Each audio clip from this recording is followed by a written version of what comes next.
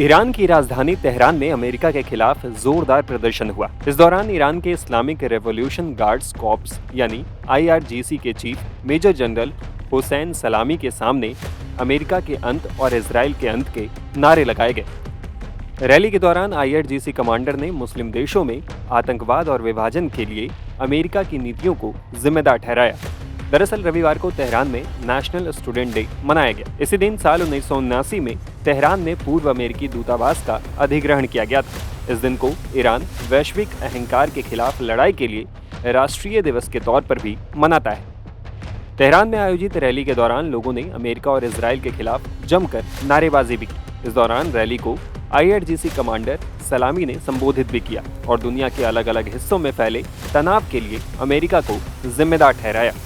उन्होंने कहा, वॉशिंगटन की साम्राज्यवादी नीतियों का मकसद दूसरे देशों पर राजनीतिक और आर्थिक प्रभुत्व स्थापित करना है। इसी वजह से दुनिया के अलग अलग हिस्सों में तनाव फैला है। मुस्लिम देशों में तकफीरी यानी चरमपंथी आतंकवाद और खूनी विभाजन की घटना सभी अमेरिकी नीतियों का नतीजा है। सैन्य, राजनीतिक, मनोवैज्ञानिक और आर्थिक मोर्चों पर ज़ायोनी शासन को पूर्ण समर्थन के लिए अमेरिका को जाना जाता है।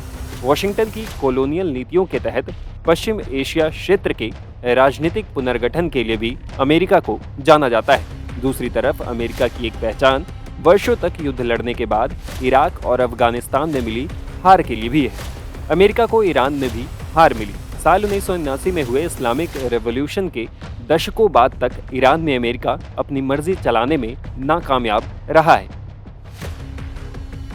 इसके साथ ही आईआरजीसी कमांडर सलामी ने अमेरिका और इजराइल को चेतावनी भी दी। उन्होंने कहा कि अगर दोनों देश अपनी मौजूदा गतिविधियों को जारी रखते हैं तो वो खत्म हो जाएंगे। बता दें कि अमेरिका के खिलाफ रविवार को लोग तेहरान की सड़कों पर उतरे और पूर्व अमेरिकी दूतावास के परिसर तक मार्च निकाला।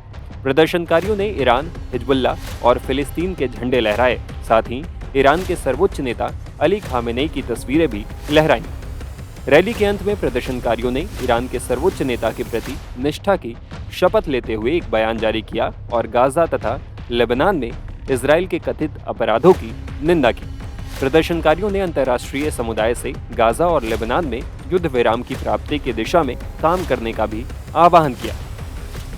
बता दें कि फरवरी 1979 में ईरान की इस्लामिक क्रांति की जीत के कुछ महीनों बाद ईरानी विश्वविद्यालय के स्टूडेंट्स ने अमेरिकी दूतावास की इमारत पर कब्जा कर लिया था।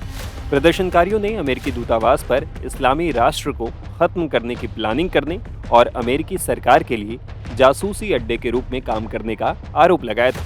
तभी से ईरान हर साल राष्ट्रव्यापी रैलियां आयोजित करके इस मौके को याद करता है और जश्न मनाता है।